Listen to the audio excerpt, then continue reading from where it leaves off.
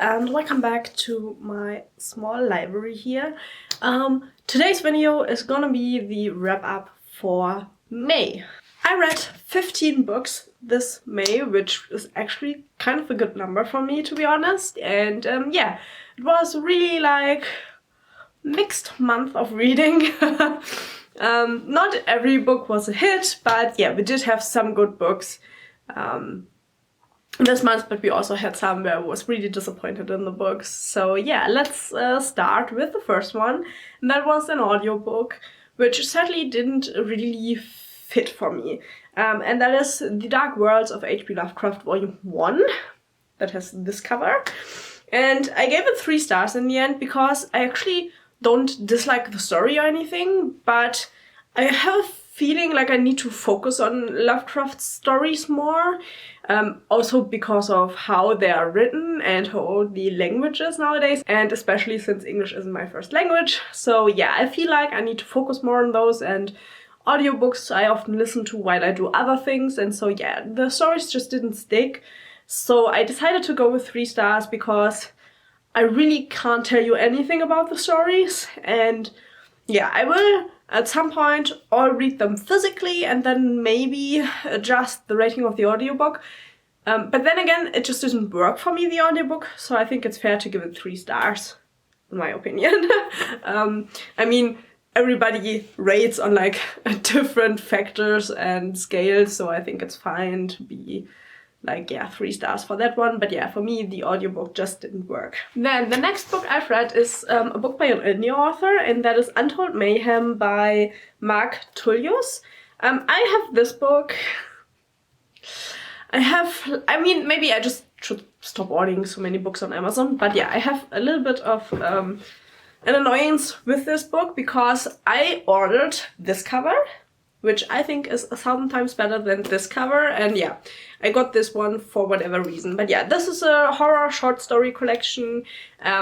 It is a rather short one, and I think I liked a few of the stories, but I didn't like enough of them to give it like a really good rating, so I settled on 3 stars.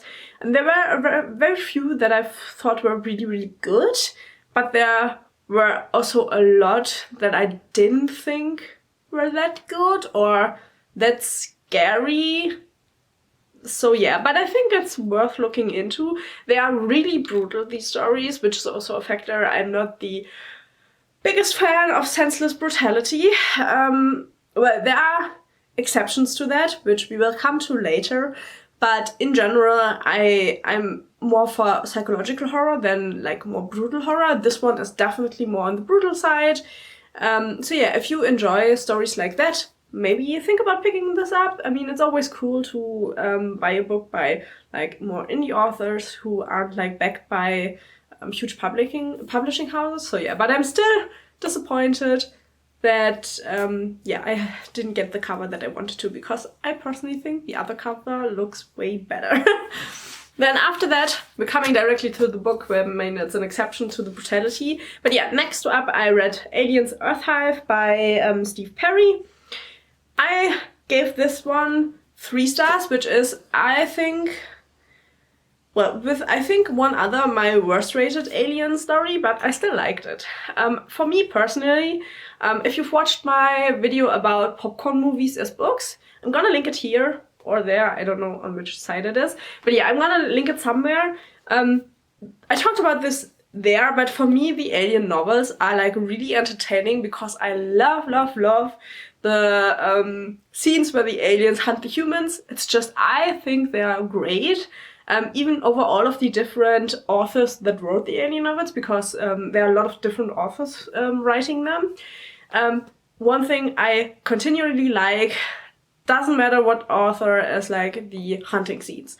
And yeah, this one didn't have as many of them, which is why I only gave it 3 stars, because there was more military stuff in here, which I don't mind, but isn't what I want from an alien novel, if I'm gonna be honest. I want spaceships, aliens on them, aliens hunting humans, maybe give me like an alien hive, and yeah, there was too little for that in here. But other than that, I think it's like a great, entertaining story. So yeah, big fan. in general of the Alien novels, but yeah, this one was one of the weaker ones, so 3 stars. Still really entertaining, so if you like the movies or you have read other Alien novels, I would say pick it up. Why not? Then I listened to the next audiobook, and that is The Future of Humanity by Kaku Michio. The cover looks like this. I gave it 4 stars. I actually think that was a really interesting audiobook. Just like thinking about what will happen in the future, what is maybe something that's realistic. Obviously the book is now a few years old, so he talks about the future for like the year 2022 and stuff, which obviously is now over, so it isn't the most like recent book about the topic, but I still thought it was interesting. Obviously, the pandemic has like stopped a lot of things, so his timetables didn't exactly come true, but I think weren't it for the pandemic, it could have been that what he predicted actually would have happened. But yeah, because of the pandemic, it obviously didn't. But yeah, it was really interesting to hear his ideas, what may be possible in the future. I think he has a lot more of a realistic outlook than some other authors that I listen to personally, so I really like that. And yeah, I didn't give it 5 stars because some of the science did get over my head, because obviously it's not a topic I have any like kind of knowledge in other than the nonfiction books I read about it. So yeah, sometimes for me the science was too in-depth, but I think that really depends like on how much prior knowledge you bring to the topic. So yeah, if you know a lot more about it already or a lot more interested in understanding the science, I think you might like it a little bit more still than I did. But yeah, for me, at some points I was like, okay, let's go to the next point. I just don't understand this point anymore, you know? But it happens, I think, especially with non-fiction topics that I don't know a lot about, which I like to listen to. Yeah, obviously, where I don't have a lot of knowledge, you don't always understand everything on your first listen to it. Then we have the first 5-star book for this month, and I think this is absolutely my favorite book I've read in May, and that is Alice by Christina Henry. This is Alice in like a horror version. It's a really, really dark world. This is part 1. There are 2 other parts, which I still need to read, but I really, really want to. But yeah, here Alice is in a madhouse, and she manages to flee because of Hatcher, her companion who lives in the next room over, and she wants to find out what happened to her, which obviously includes a rabbit. And yeah, the world is really dark. There's a lot of exploitation of women and girls. It's a lot about like gang bosses and violence, but it all worked so well, and it still has a touch of the whimsical that the original Alice had. So yeah, if you like horror books, but you also like the whimsical tales, or you're a big fan of Alice, I would say pick this up. It is so good. I enjoyed every second of this book. It's just, yeah, I don't know why, but this hit home so hard. Yeah, I definitely need to pick the next ones up. But yeah, I'm obviously also a big Alice in Wonderland fan. But this just scratched an itch I didn't know I have. So yeah, by far my favorite book I've read in May. Absolutely 5 stars. If you can do gory and abuse and you aren't too sensitive to that topic, definitely pick this up, try it out. I definitely will try more of this author because that is the first book I've read of them. So yeah, big fan with this one. And then I listened to another nonfiction audiobook. That is A Short History of Nearly Everything by Bill Bryson. I listened to the audiobook, but I do own the German copy of the book. So yeah, it's a really big book. I haven't read the German copy, I just listened to the English audiobook version. I might try reading the German copy because I gave it 3 stars. It is like a really brief overview about like important stuff that happened in the history of humans, you know. But for well, I felt like it skipped a lot around where I didn't necessarily assume it would, and I lost track so many times why we switched to a different topic. So yeah, I felt like the audiobook really wasn't that sensible in like the topics. So yeah, obviously they just read the book. So I'm not sure whether it just doesn't work as an audiobook for me or if the book just doesn't work for me because of how the topics switch. I just went like, what happened? And then I would go back and listen to like 5 minutes before that again because I thought I missed something. But I didn't. The topic just switched without any like, without really a connection between the topics. So yeah, I don't know why that is, if that is the book or just my listening to the audiobook. So yeah, at some point I would probably read it in the physical copy again. But yeah, other than that, 3 stars. There were some interesting things in here, but to be honest, it's nothing new. So yeah, but I think there are better books out there that kind of like give you a short overview of the human history. So I wouldn't really recommend this one, but I gave it a try. After that one, I had another 5-star read, which I was really surprised about, and that is Fractal Noise by Christopher Paolini. I picked this one up in a bookstore. I didn't know it existed. I hadn't heard about it, but I'm not like one who like tracks all of the new releases. But yeah, this is pretty much the prequel to Sleep in a Sea of Stars, but not really a prequel. Like it plays in the same universe, but the characters aren't connected to the ones in the next book. So it's like 0.5 of the Fractalverse. But yeah, I love this book. I think what is important to know about this one is that if you don't like traveling stories, you probably will not like this. The most part of the book, like the biggest part of the book, is traveling from one point to another on a planet, pretty much. Also, I think important to know is that our main character is really depressed, that is a big role in the book. And all of our characters really aren't, like, they are so different in their types of people they are that they really don't get along well. And that is also a big part of the book. So I think those are pretty much the main points you need to know. But yeah, other than that, it's pretty much a crew who looks for habitable planets that humans can go to escape from Earth. And they find a planet that has like a really, really big hole in it. And they set down to go and explore what that hole means. And yeah, the book is pretty much about the journey there, more than the actual exploration of the hole, you know? But yeah, I loved it. I'm a big fan of space travel stories. I don't really need any like wars or something like that. I just like exploring and getting to know different things. And for me, this really hit it. So yeah, I gave it 5 stars. I'm really looking forward to more of this, though I think he wants to go back to writing more fantasy now. So we'll see how much more sci-fi we will be getting from Paolini. But yeah, big fan.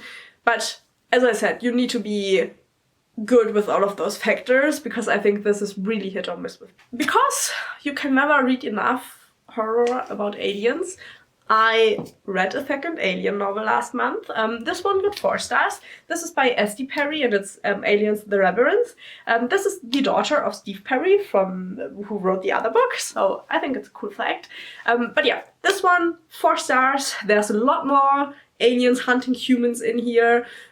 We have a marine, well, a group of marines, but we have like 2 main characters, a woman and a guy, and they are sent to this research outpost to help a doctor, and things go wrong because there are aliens involved, you know. We all know how it is with the aliens. And yeah, there's a lot of like aliens hunting humans, things going wrong, death, experimentation, all of it. And I really liked it. The roles of the characters are pretty obvious from the beginning, and there aren't any surprises that way, but which is why I gave it 4 stars and not 5 stars, because I think you have a little bit of like 2-dimensional characters here, but I think in the end it didn't hurt the entertainment of the book. Just if you wanted to do a more complex thing, you won't get it here, because I, for one, think the story is really obvious. But yeah, I enjoyed it a lot, and yeah, I'm happy to have read another alien novel. Then I needed another audiobook, and because I don't know why I do that to myself, but I picked up the next Agatha Christie book, and that was Dumb Witness. I gave it 3 stars, though I'm pretty sure I should have given it 2 stars. I was really annoyed at the story at parts because the whole book harks on the witness being dumb. The story is really obvious. I just don't see why so many people love her Hercule Poirot stories. I think Poirot is just an asshole who never tells anybody anything, and then in the end is there like, why haven't you seen that? I told you all along. But he never tells anybody what he really thinks, you know. I don't know. I think I need to stop listening to the stories, but I'm still trying to love them, and I don't think it's working. I think I've read like 10, 15 Hercule Poirot stories now, and the more I read about him, the less I like the guy. He's so mean to his sidekick guy. I forgot how he's called, but yeah, he's so mean to him. He always talks bad about him. It's never addressed in the books. I think it's really weird. So yeah, I might change the rating to 2 stars, but I wasn't impressed, to be honest. Sadly, the month continued with another bad book, which I was really disappointed about. It's a TJ Klune book. I absolutely love The House on the Cerulean Sea. That was so good. I was so surprised about that because I didn't think it would be a book I liked. But yeah, I loved that book. And so I got In the Life of Puppets, In the Lives of Puppets in a book box, and I was really happy about it because of the House on the Cerulean Sea. But I'm beginning to think that that book was an outlier, and his usual books really aren't my type of book. This one is a story inspired by Pinocchio and the Swiss Family Robinson. So I say inspired. It's really an homage to them, and I hated that fact. I talk about it in a little bit, but yeah, just know that it really wasn't well done in my opinion. The book is, we have 4 robots and 1 human. We have Vic, who's the human, called Victor. Then we have Geo, who is the human's dad, and an android who creates things. Then we have a Roomba, like a vacuum robot. I already forget the name, I'm sorry. Then we have a nurse robot, and then we have Hep, who is also an android. But we don't know much about him at the beginning because they find him on the scrapyard, but the rest is already like a family. And the thing is that Geo at some points get kidnapped, and obviously Vic wants to save his father, and they go on a journey to the next city. They are all living in some woods, really, really secluded. They don't have any contact to anyone outside of their group, for reasons that I'm not going to talk about here, but yeah, that is the beginning of the story. The main point in the book that annoyed me was how weirdly sexual the nurse robot is. You have Vic and then you have Hep, the android he finds, and they look male, like the robots, but they don't have any like sexual parts, so yeah. And Vic seems to identify as Ace in the beginning, which turns out he isn't. I hate that fact. Why not make him Ace? I don't get it. But yeah, and the nurse robot always makes sexual comments towards Vic containing Hep.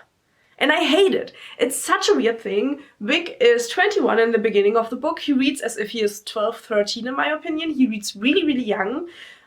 Like showing his inexperience, but why make it a sexual thing then?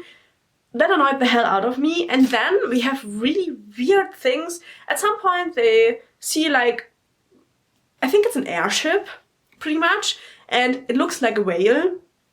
And once they get on the airship, Vic's comment is like, oh, it's like walking into the mouth of a whale. Anyone, Pinocchio? You have so many moments like that. They aren't subtle. They are so on the nose. It's so weird. I didn't like it. I really disliked most of the characters. They all felt weird and forced. I don't think anything of the dialogue really felt natural to me. So yeah, 2 stars. Incredibly disappointed. I had to force myself to finish it, sadly.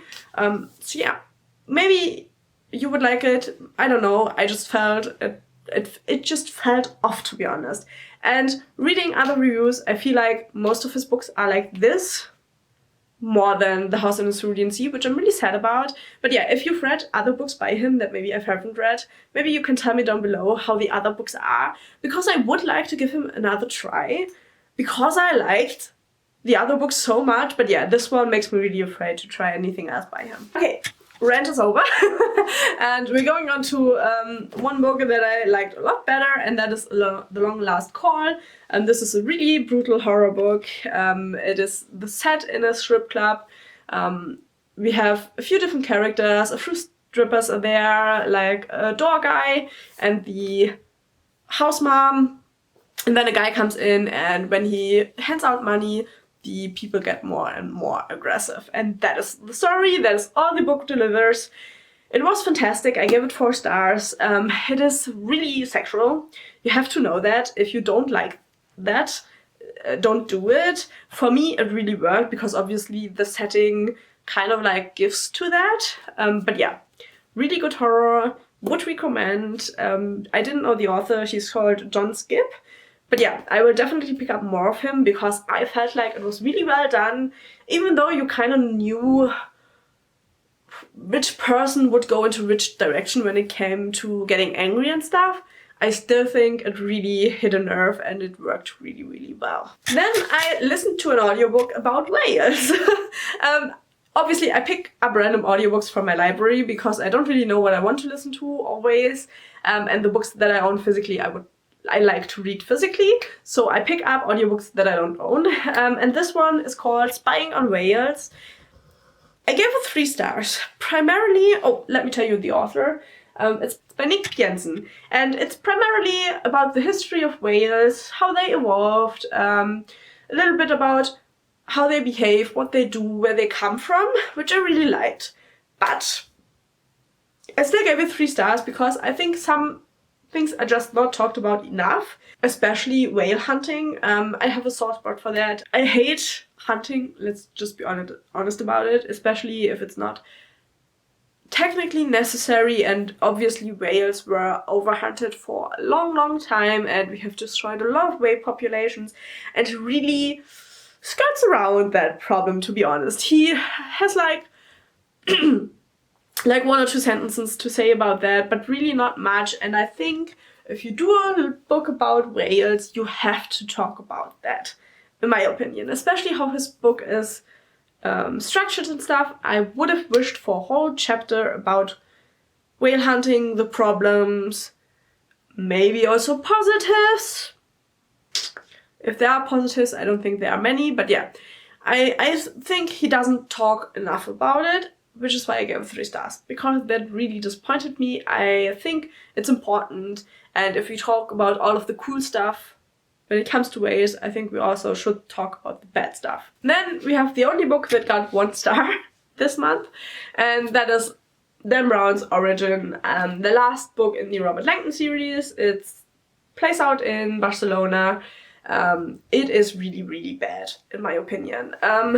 For me, these books have gotten worse and worse over the course of the series. I liked the first 3, the 4th one I didn't like, and this one I actively disliked. Like, really, really disliked. I only finished like the last 180 pages or something like that this month, because I did want to have it done, and I didn't want to DNF it, because it's the last one in the series, and I wanted to say I finished the series. This is... it's just dumb. I don't even... You know what? Let's not talk about what the story is. Just... it has something to do with religion and religious symbols and disproving God and dying for that. And AI, which, I don't know. I think it's a badly written book. I think the story is bad. The riddles aren't really riddles. The first books in the series had really interesting riddles with like symbols and stuff. Here it's like all on the nose. There really isn't any symbolism in it at all. I really, really, really dislike it. I don't want to talk about it. It's a bad book. Don't pick it up, to be honest. And then to offset the bad reading I had with that one, I listened to another non-fiction book called Without Conscience, and it's a book by a Canadian psychiatrist, I think. It's by Robert D. Hare, and it's a book about psychopathy, and he kind of coined a lot, a checklist for psychopathy in humans, obviously, and how you can spot one, and a lot about not branding everyone who has a few traits as a psychopath, and to be a lot more careful with the topic, but also to realize that we have a lot of psychopaths in our society and that they need help in a way because they cannot stop their thoughts, they can't stop who they are, and they need help to avoid being criminals. And what I like best about the book is that he doesn't focus on the really well-known criminals, which he also talks about, that a lot of true crime authors label a lot of really bad criminals as psychopaths, and that doesn't always fit, and that we have to be a lot more careful with labeling people like that. But yeah, he also talks a lot about the white-collar crimes and robberies and stuff like that, where not necessarily someone is dying, but there are still consequences of the crimes. And yeah, it's a really interesting book. I gave it 4 stars.